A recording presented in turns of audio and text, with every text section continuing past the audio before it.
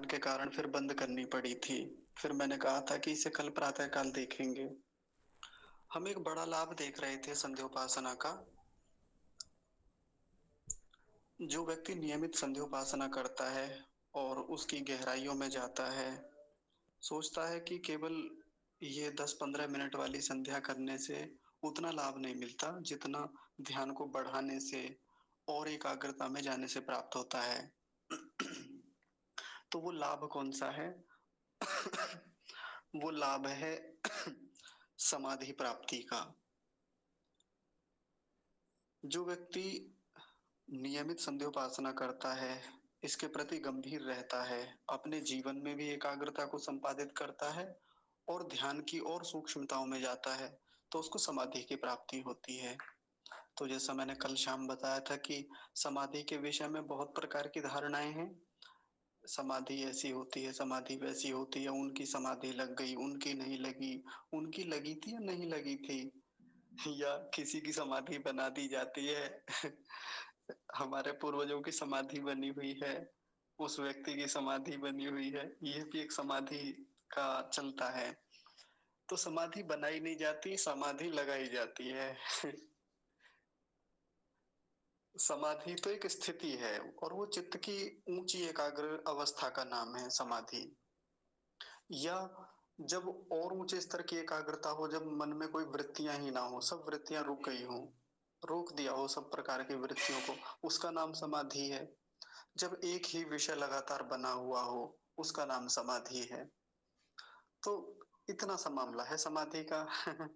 लेकिन ये इतनी आसान थोड़ी है कि ये ऐसे ही सोच लिया और लग गई, या थोड़ा सा प्रयास कर लिया और लग गई। इसके लिए बड़ी तैयारियां हैं। बहुत ऊंचे स्तर का ज्ञान चाहिए होता है पहले, बहुत ऊंचे स्तर का वैराग्य चाहिए होता है, अभ्यास लगता है। योग दर्शन में कहा ना, अभ्यास वैराग्याभ्याम तन निरोधः। अभ्यास और वैराग्य से इन वृत्तियों को रोका जाता है और तब समाधि की प्राप्ति होती है। तो और स तू दीर्घ काल नैरंतर्य सत्कारा सेवितो दृढ़ भूमि। दीर्घ काल तक सेवन करना होता है अभ्यास का और निरंतर करना होता है। ऐसा नहीं कि कुछ दिन किए फिर छोड़ दिए। सत्कार पूर्वक, श्रद्धा पूर्वक सेवन करना होता है, तप पूर्वक, ब्रह्मचर्य पूर्वक करना होता है, तब जाके समाधि की प्राप्ति होती है। ये अपने आप में एक बहुत बहुत बड़ा लाभ है संध्या उपासना करने का। तो वैसे तो कितने सारे लाभ गिना दिए, इनमें सब में बड़ा तो यही लाभ है, सबसे बड़ा। लेकिन जब ये समाधि प्राप्ति होती है, तो फिर इससे भी क्या लाभ होते हैं? तो कल मैंने एक बात बताई थी और योग दर्शन के एक पहले ही सूत्र का व्यास भाष्य पढ़ के सुनाया था। यस्तु एकाग्रे चेतसि सद्भूतम अर्थम प्रद्योतयति क्षिणोति च क्लेशान कर्म बंधनानि श्लथयति निरोधम अभिमुखम करोति। तो देखिए बहुत सारे लाभ हैं समाधि के, लेकिन उन सब में आज हम केवल एक की चर्चा करेंगे। और वो पहला लाभ है, यस्तु एकाग्रे चेतसि सद्भूतम अर्थम प्रद्योतयति। जब हमारी संप्रज्ञात समाधि होती है और जब हमारा चित्त किसी एक विषय पर एकाग्र होता है, तो उससे उस वस्तु का यथार्थ स्वरूप प्रकाशित होता है। जो वस्तु जैसी है उसका वैसा का वैसा स्वरूप हमें दिख जाता है, प्रत्यक्ष हो जाता है। हम उसके विषय में ठीक ठीक जान लेते हैं, उसका सही सही साक्षात्कार हो जाता है। इसको एक साधारण से उदाहरण से समझेंगे। जैसे कल भी बताया था, एक व्यक्ति बस में जा रहा है, बाहर देखता है, खिड़की से जब वो बाहर झांक रहा होता है तो बहुत सारे घर पीछे की ओर दौड़ रहे होते हैं। बस आगे जा रही होती है ना, तो बाहर की सभी वस्तुएं पीछे की ओर दौड़ती हुई दिखाई देती हैं। घर, मकान, दुकानें, पेड़ पौधे, वृक्ष, जीव जंतु, मनुष्य सब पीछे की ओर दौड़ रहे होते हैं। अब उनमें किसी का तो पता चल पाता है कि हाँ ये इसका घर गया, ये इस रंग का घर गया था, ये इस चीज का वृक्ष गया था, या ये अमुक व्यक्ति पीछे की ओर दौड़ गया। ऐसा वो कब पता चल पाता है? जब हमारा ध्यान उसी पर हो, जब हम कुछ देर उस पर दृष्टि को लगाए रखते हैं और उसके साथ साथ अपनी गर्दन को पीछे घुमाते चले जाते हैं, तभी दिख दिख पाता है वो। नहीं तो यदि एक जगह हम अपनी दृष्टि को गड़ाए रखें, तो हमें पता भी नहीं चल पाता कि कैसी दुकान गई, दुकान पर क्या लिखा था, घर का रंग कैसा था, किस चीज़ का वो वृक्ष था। ऐसा ही होता है ना? तो क्या करना होता है हमें? आँख को उस वस्तु पर लगातार टिकाए रखना होता है और अपनी गर्दन को उसी दिशा में पीछे की ओर हम घुमाते चले जाते हैं। उस वस्तु का यथार्थ स्वरूप प्रकाशित हो जाता है। सद्भूतमर्थं प्रद्योतयति, प्रकाशित हो जाता है। उसका सही-सही स्वरूप हमें दिख जाता है। कब? जब हमने अपनी आँख को लगाया। लेकिन आँख को लगाया ये बात तो सब जानते हैं, मन भी लग रहा था साथ-साथ, या कहें कि मन ही लग रहा था मुख्य रूप से तो, इसलिए वो वस्तु का यथार्थ स्वरूप हमें दिख गया। ऐसा ही हम अन्य स्थानों पर ले लें, हम घर भी पढ़ाई कर रहे हैं, तो कोई व्यक्ति कब अच्छे से किसी चीज़ का ज्ञान कर पाता है, जब सारी वृत्तियों को रोक कर, जितने भी विचार मन में आ रहे हैं, बाहर से शोर आ रहा है या आँखों से कोई और विषय आ रहा है, कुछ खा रहा है, चख रहा है या कुछ भी विषय है, सभी विषयों को रोक कर वो केवल अपना ध्यान सामने वाली पुस्तक पर लगाता है, उसके विषय पर लगाता है, तो फिर क्या होता है? सद्भूतम अर्थम प्रद्योतयति, उसका सही-सही अर्थ, सही-सही स्वरूप हमें पता चल जाता है, प्रकाशित हो जाता है, हम वहाँ से पढ़ लेते हैं, ज्ञान कर लेते हैं, साक्षात्कार हो जाता है। तो इन सब में एक महत्वपूर्ण बात क्या है? यस्तु एकाग्रे चेतसि, जिस वस्तु पर हमने अपने चित्त को एकाग्र किया है, तभी वस्तु का यथार्थ स्वरूप हमें प्रकाशित होता है। ये चीज हम अपने व्यावहारिक जीवन में खूब सारे उदाहरणों से देखते रहते हैं। बहुत प्रकार के परफ्यूम है हमारे पास, बहुत प्रकार के इत्र हैं, सामने रख लिए, एक साथ रखे हुए हैं, अब खोल के रख दिए, उनसे पता भी नहीं चलता कि कौन सा है, किसकी कैसी गंध है।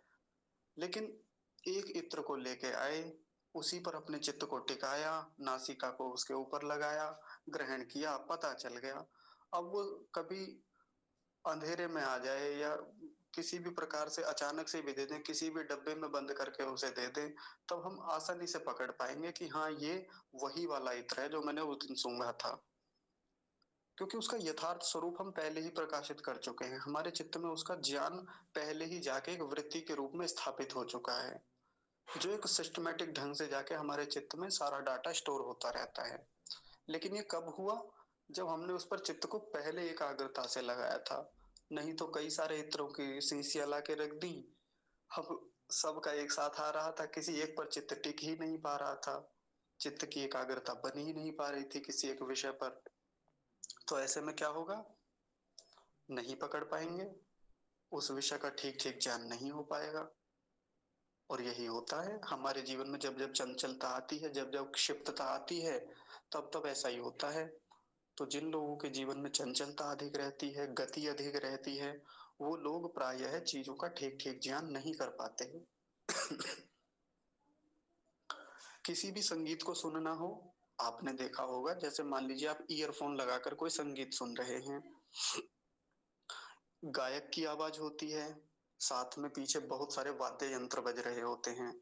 सितार बज रहा है, गिटार बज रहा है, हारमोनियम बज रहा है, ढोलक बज रही है, तबला बज रहा है, बांसुरी बज रही है और भी घुंघरू वगैरह भी बज रहे होते हैं। तो खूब सारे उनके पास इंस्ट्रूमेंट्स होते हैं जो बजते हैं। लेकिन जब कान में ईयरफ़ोन लगाकर बारीकी से किसी एक इंस्ट्रूमेंट पर ध्यान लगाया जाता है, तो बाकी सबकी आवाज़ कैसी हो जाती है? गौण हो जाती है। अब ये मुख्य रूप से केवल बांसुरी की आवाज़ पर ध्यान लगाए हुए है। अभी तो सिंगर की भी आवाज़ आ रही है, बाकी इंस्ट्रूमेंट भी बज रहे हैं, लेकिन ये अपना चित्त कहाँ लगाता है? केवल किसी एक इंस्ट्रूमेंट पर लगा देता है। ऐसा करने से उस इंस्ट्रूमेंट से निकलने वाली जो ध्वनि है, जो रिकॉर्ड की हुई है पहले से ही, उसका हमें सही-सही स्वरूप प्रकाशित हो जाता है कि उसमें कौन-सा स्वर है, कितना उदात्त है, अनुदात्त है, स्वरित है, वो सब का हमें ज्ञान हो जाता है। लेकिन ये कब हुआ? जब हमने चित्त को केवल उस एक इंस्ट्रूमेंट पर लगाया। नहीं तो देखिए, स्थूल रूप से तो हमें क्या दिखाई देता है, जब गाने चल रहे होते हैं, हमें सिंगर की आवाज़ मुख्य रूप से सुनाई देती है, या हमें कोई मोटा पीछे से ढोल बज रहा है तो ढोल की आवाज़ आती है बस ज़्यादा से ज़्यादा।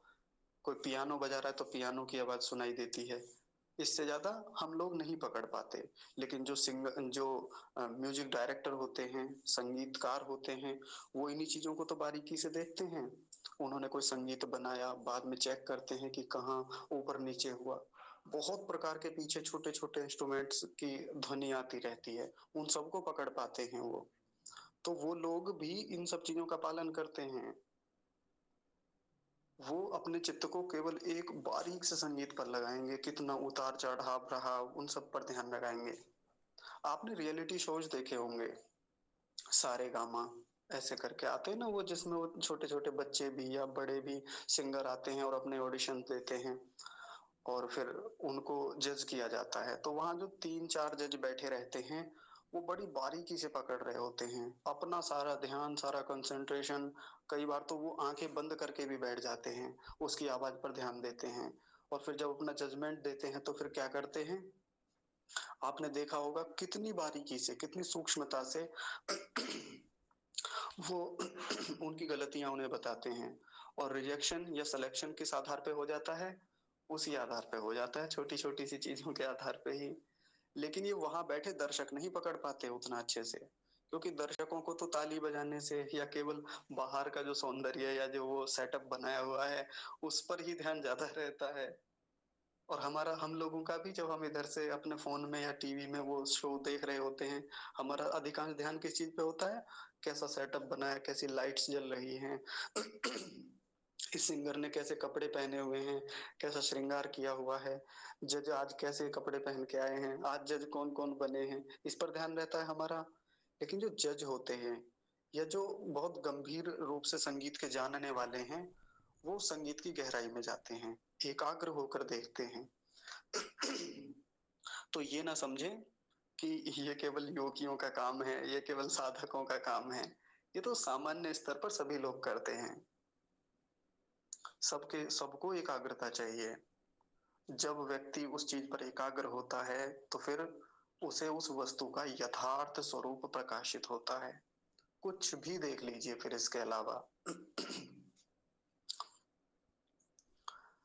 तो योगी इससे थोड़े और आगे की बात करता है, एक गंभीर साधक इससे और आगे जाता है। लेकिन उससे पहले एक और उदाहरण देख लीजिए वैज्ञानिकों का, जो मैं पीछे भी करता रहा हूँ। हम वैज्ञानिकों की निंदा प्रायः बहुत कर देते हैं। एक बार में लपेट देते हैं उन्हें कि ये क्या ही करते हैं, इन्हें भला क्या पता हमारा विज्ञान क्या हुआ करता था, हमारा सनातन कितना ऊंचा हुआ करता था। आज का साइंस तो कुछ भी नहीं है हमारे उस साइंस के सामने। लेकिन विचार करें तो हम पाएंगे कि उन लोगों की स्थिति बहुत बहुत ऊंची है, हमारी तो कुछ भी योग्यता नहीं उनके सामने। उन्होंने बहुत एकाग्रता को स्थापित किया है। भले ही समाधि उस रूप में ना हो, लेकिन समाधि जैसा ही उनका होता है। बड़ी एकाग्रता होती है उनके जीवन में भी। वो भी सब चीजों से ध्यान हटाकर अपनी संपूर्ण एकाग्रता को एक विषय पर केंद्रित करते हैं। तब जाके उन सूक्ष्म अनुसंधानों को कर पाते हैं।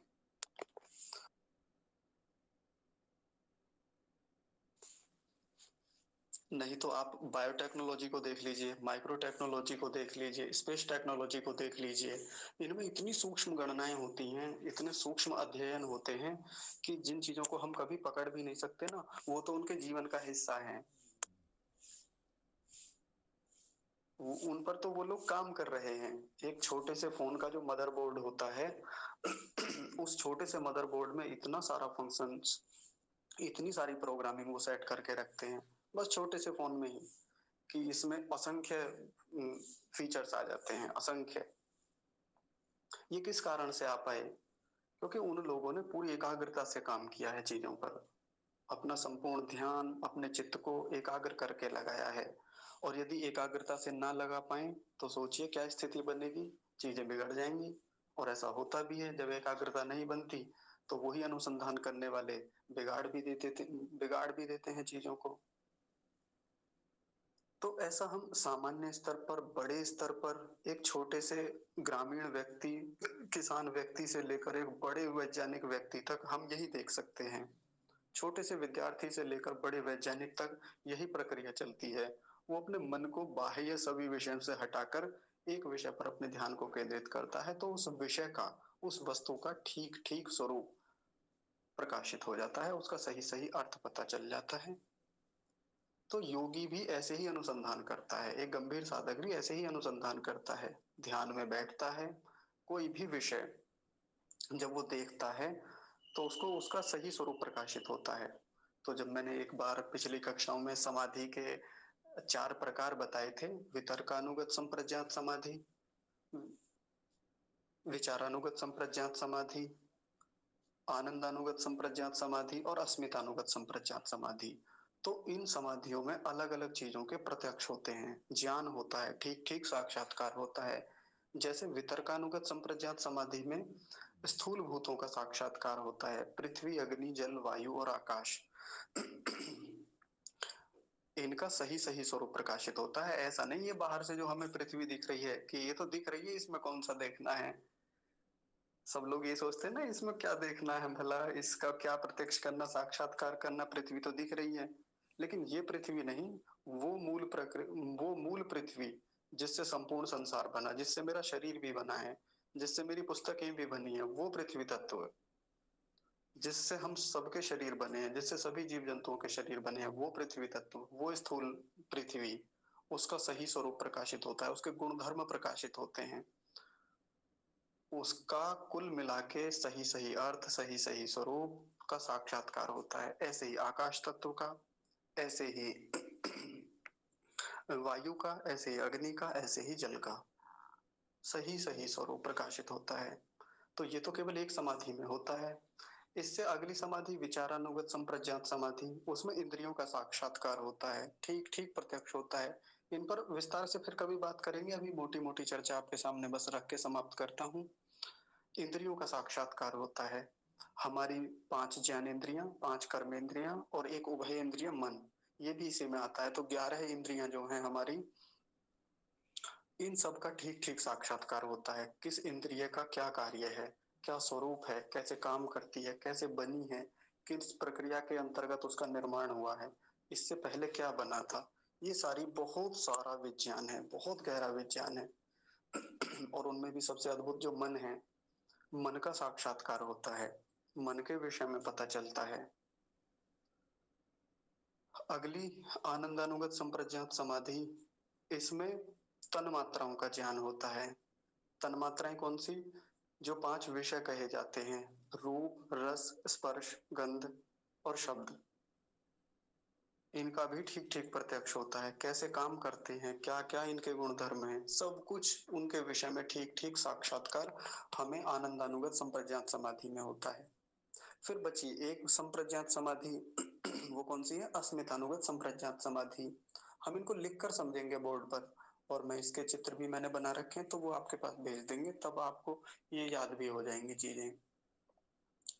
इस अस्मितानुगत संप्रज्ञात समाधि में क्या होता है, आत्मा का साक्षात्कार होता है। तदा द्रष्टुः स्वरूपे अवस्थानम, जिन्होंने सूत्र पढ़ा है वो जानते होंगे। आत्मा का, स्वयं का, अपना साक्षात्कार होता है, अपने स्वरूप को ठीक ठीक जान लेता है। आज तो अगर सबसे बड़ी अविद्या कही जाए ना, अविद्या के बारे में हम खूब सारी बातें करते हैं, लेकिन सबसे बड़ी अविद्या पता है क्या है, कि हम अपने स्वरूप को नहीं जानते। हम मन और आत्मा दोनों को एक ही मानकर चल रहे होते हैं। कहने को कह देते हैं कि आत्मा अलग है, मन अलग है, बुद्धि अलग है, चित्त अलग है, अहंकार अलग है, लेकिन हमारा व्यवहार दोनों को एक ही लेकर चल रहा होता है। सब ऐसा ही करते हैं। लेकिन जिसको इसका ठीक ठीक ज्ञान हो जाता है, दोनों का भेद पता चल जाता है, सत्व पुरुष अन्यथा ख्याति पता चलती है, जो इन दोनों का भेद बताने वाली बुद्धि होती है, वो अस्मितानुगत संप्रज्ञात समाधि को प्राप्त कराने वाली है। ये थोड़ी सी टर्मिनोलॉजी आपके लिए कठिन हो सकती है, शब्दावली थोड़ी ऐसी है, शास्त्रीय शब्दावली है, लेकिन आगे इन पर बात करेंगे विस्तार से, लिख के भी देखेंगे हम, तब और अच्छे से समझ में आएगी। कुल मिला के संप्रज्ञात समाधि के ही भेद बताए हैं अभी तो मैंने। इसके बाद असंप्रज्ञात समाधि होती है, जिसमें परमेश्वर का साक्षात्कार होना होता है। वो तो और भी ऊंचे स्तर का विज्ञान है। लेकिन केवल जब मैंने इतनी बात की कि संप्रज्ञात समाधि के 4 भेद होते हैं और इतना कुछ हमें ज्ञान होता है, सही सही स्वरूप प्रकाशित होता है, ये अभी केवल एक लाभ बताया है समाधि का, केवल एक। और अगली कक्षाओं में आप देखेंगे कि क्षिणोति च क्लेशान, क्लेशों की क्लेश कैसे क्षीण होते हैं। कर्म बंधनानि शिथिलयति, कर्म बंधन शिथिल होते हैं। हम जो भी पाप कर्म करते हैं या पुण्य कर्म भी करते हैं, वो भी शिथिल होते हैं, वो भी ढीले होते हैं, कमजोर किए जाते हैं वो भी, ताकि जन्म ही ना हो, ताकि बंधन ही ना हो। बातें करेंगे उन पर भी। संस्कार क्षीण होते हैं, संस्कार तनु किए जाते हैं, दग्ध बीज किए जाते हैं इसी समाधि में, इसी ध्यान के द्वारा। क्षिणोति च क्लेशान कर्म बंधनानि शिथिलयति और निरोधम अभिमुखम करोति। और ये जो समाधि होती है संप्रज्ञात समाधि, ये निरोध समाधि को उत्पन्न करने वाली होती है, जो असंप्रज्ञात समाधि है। और ये सबसे ऊंची अवस्था कही जाती है संप्रज्ञात समाधि की। तो मेरी तरफ से आज कई ऐसे विचार गए जो शायद आपको समझ में ना आए हों। आपको ऐसा लगा होगा कि ये क्या है, संप्रज्ञात क्या है, या ये अस्मितानुगत संप्रज्ञात क्या है, सत्पुरुष अन्यथा ख्याति क्या है। आप ज्यादा उलझिएगा मत। अभी मोटा मोटा इस रूप में रखा है कि आपको एक बार ये तो पता चल जाए कि उपासना के ये भी लाभ होते हैं, या उपासना करने का ये भी एक लक्ष्य है। केवल यही थोड़ी है कि 6:30 to 7 PM बस इतना ही संध्या का होता है मामला, कि 7:30 6 बजे और बस संध्या निपटानी है कैसे भी करके, एक अटेंडेंस जैसी लगवा देनी है भगवान जी के सामने जाके। यही मामला थोड़ी है संध्योपासना का। बहुत बड़ा लक्ष्य है, बहुत विस्तार है, भयंकर विज्ञान है, बहुत ऊंचे स्तर के अनुसंधान है इसमें, वो करने होते हैं हमें। लेकिन उसके लिए ऐसा नहीं है कि एक दिन में हो जाता है या कोई असंभव कार्य है। ऐसी ही शुरुआत होती है जैसे हम लोग कर रहे हैं, यहाँ से ही थोड़ा थोड़ा करके 10-10 15-15 मिनट से हम अभ्यास बनाते हैं, उस अभ्यास को परिपक्व करते हैं और ज्ञान प्राप्त करने के लिए स्वाध्याय करते हैं, चिंतन मनन करते हैं, उस शास्त्रों को टटोल के देखते हैं, आचार्यों से शंका समाधान करते हैं, गुरुओं के पास जाते हैं। ऐसे ही करना होता है आरंभ में। तो धीरे धीरे अभ्यास परिपक्व होगा, लड़खड़ाएंगे भी, गिरेंगे भी, लेकिन बड़े लाभ हम देख पाएंगे। इसलिए जितने भी लाभ पिछली कक्षा में मैंने बताए हैं, चर्चाएं की हैं, उन सब में अभी तक के सबसे बड़े लाभ हमें देखने को मिल रहे हैं। हर दिन एक ऊंचा हम लाभ देख पा रहे हैं, एक बड़ा बेनिफिट देख पा रहे हैं हम इसका। इसलिए जब तक लाभों को नहीं देखेंगे, लाभों पर बार बार चर्चा नहीं करेंगे, लाभों को बार बार अपने चित्त में धारण नहीं करेंगे, बार बार रिवीजन नहीं करेंगे, तब तक प्रवृत्ति नहीं बनेगी उपासना के प्रति, साधना के प्रति, ध्यान के प्रति। इसलिए बार बार ही देखना होता है। बार बार ही उनका रिवीजन करना होता है। एक बार की बात है, हमारी कक्षा जब ये ध्यान की तैयारियों से संबंधित बात चल रही थी, उसमें शुरुआत में ही हमारी कक्षा में एक माता जी जुड़ती थी बनारस से। अभी है या नहीं? अभी नहीं है। हाँ हाँ है। तो माता जी क्या कह रही थी कि क्या उपासना के लिए या साधना के लिए, भक्ति के लिए ज्ञान की आवश्यकता है? अब जिन लोगों को ज्ञान है ही नहीं, जिन लोगों के पास नॉलेज है ही नहीं, स्वाध्याय नहीं कर सकते, पढ़े लिखे नहीं हैं, तो क्या वो भक्ति नहीं कर सकते? जब वो लोग तर्क वितर्क नहीं कर सकते, वो पढ़ नहीं सकते शास्त्रों को, वो ऐसी चर्चाएं नहीं कर सकते, तो क्या वो भक्ति नहीं कर सकते? मैंने कहा बिल्कुल कर सकते हैं, इसमें कौन सी बात है, लेकिन पहले तो ज्ञान ही होना चाहिए ना। तो फिर वो क्या करें? मैंने कहा वो ज्ञान प्राप्त करें, वो भी पढ़े, वो भी आगे बढ़े। ऐसा थोड़ी कि ज्ञान प्राप्ति के मार्ग उनके लिए बंद हैं या केवल कुछ लोगों के लिए ही खुले हुए हैं। ये तो सबके लिए हैं। भगवान ने तो सबके लिए व्यवस्थाएं बनाई हैं कि आप पढ़िए, आप आगे बढ़िए। भक्ति बिना ज्ञान के आगे बढ़ ही नहीं सकती। भक्ति के लिए श्रद्धा होनी चाहिए, बिल्कुल चाहिए, विश्वास आस्था सब कुछ हो, वो सबसे पहली चीजें हैं।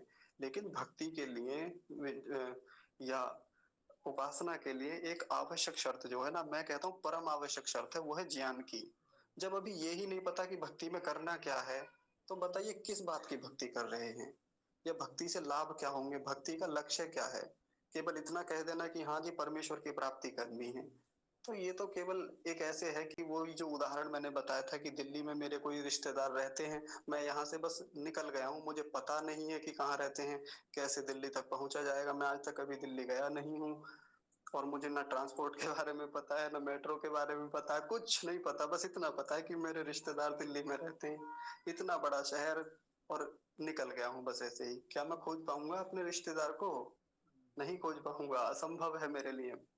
बाई चांस दुर्घटनावश मिल जाए कहीं तो मिल जाए। आजकल सबकी भक्ति ऐसी ही चल रही है। निकल गए हैं रिश्तेदारों को ढूँढने, निकल गए हैं परमेश्वर को ढूँढने के लिए और बस लगे पड़े हैं। लेकिन जो एक ठीक-ठीक प्रक्रिया है, पहले रिश्तेदार का पता करना है, पहले साधनों का पता करना है, दूरी का पता करना है, कितनी दूर रहते हैं मेरे रिश्तेदार, कहाँ रहते हैं, गली नंबर, मोहल्ला नंबर, कॉलोनी नंबर या कॉलोनी का पता हो, उस इलाके का पता हो, सब कुछ पता होना चाहिए, ट्रांसपोर्ट का पता होना चाहिए, कैसे-कैसे जाया जाएगा। तो भक्ति कोई इतना सरल मार्ग थोड़ी है कि ऐसे ही बस हलवा है, बस लिया और खा लिया और लीजिए जी हो गई भगवान की प्राप्ति। या ऐसा मामला थोड़ी है कि बस राधे राधे राधे राधे और वो सांचे दरबार की जय बोलते रहो तो इनसे भगवान प्राप्त थोड़ी होंगे। नहीं तो लगाने वाले तो लगा रहे हैं और क्या क्या है उनके जीवन में आप जानते होंगे। बहुत कुछ अर्जित करना पड़ता है पहले, बहुत पुरुषार्थ है इसके पहले का और वो करना ही होता है। अब उसको सोच के यदि हम डर जाएं कि इतना कौन करे, तो फिर हम बाकी चीजों में नहीं करते हैं क्या पुरुषार्थ। जैसा मैं पहले बता भी चुका हूं कि जीवन के कोई बहुत बड़े लक्ष्य नहीं है जॉब करना या ऐश्वर्य को अर्जित करना, लेकिन उनके लिए हम 24-24 घंटे भी परिश्रम करते हैं, 12-12 घंटे की लगातार जॉब करते हैं। और जीवन का सबसे बड़ा लक्ष्य है ईश्वर प्राप्ति, उसके लिए कितना पुरुषार्थ है, बड़ा न्यून सा 10-15 मिनट की संध्या उपासना, आधे घंटे की संध्या उपासना, 10 मिनट का राधे राधे कर लेना, 10-10 मिनट के लिए धूप बत्ती जला देना, अगरबत्ती जला देना। जीवन का इतना बड़ा लक्ष्य है, उसके लिए पुरुषार्थ, मेहनत थोड़ी सी। और जो जीवन के उतने बड़े लक्ष्य हैं भी नहीं, उनके लिए 12-12 घंटे की लगातार जॉब, लगातार मारा मारी, लगातार भाग दौड़, इतना महान पुरुषार्थ उसके लिए।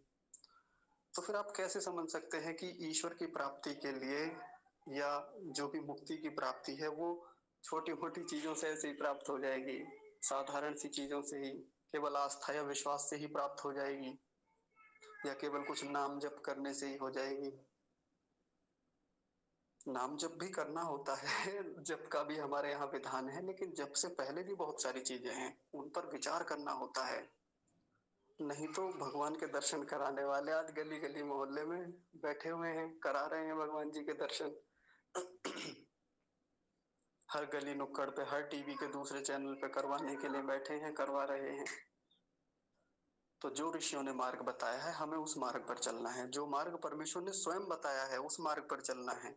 नहीं तो भटकने के लिए तो रास्ते खूब हैं, भटकते रहें जीवन भर, ऐसे ही भटकते रहें। लेकिन हमें भटकना नहीं है, जब परमेश्वर का बताया हुआ एक मार्ग है, ऋषियों का बताया हुआ एक मार्ग है, उस पर चलें, विधिवत चलें, क्रम से चलें, नियम से चलें, निरंतर चलें, अभ्यास पूर्वक, श्रद्धा पूर्वक, सत्कार पूर्वक चलें, तो लक्ष्य की प्राप्ति एक न एक दिन निश्चित होगी। इस जन्म में नहीं होगी, अगले जन्म में होगी, अगले 1-2 जन्मों में नहीं, 10 जन्मों में होगी, 10 में नहीं, सैकड़ों में होगी, लेकिन होगी। हमारी अपनी श्रद्धा, हमारा विश्वास और हमारा पुरुषार्थ कम नहीं होना चाहिए। तो आज का विषय यही समाप्त करते हैं। आप सब लोगों ने ध्यान से सुना, यहाँ जुड़े, आप सबका हृदय से बहुत बहुत सारा धन्यवाद करता हूँ और विशेष रूप से धन्यवाद परमपिता परमेश्वर के लिए करता हूँ कि जिनकी कृपा से हम सब लोग जुड़ पाते हैं और आगे बढ़ने का निरंतर प्रयास कर पाते हैं और इतनी सारी व्यवस्थाएं उनकी कृपा से हमें मिलती हैं, तो उनके लिए तो खूब सारी कृतज्ञता मन में बना के रखेंगे। सत्यम जी, कक्षा का समापन करा दीजिए।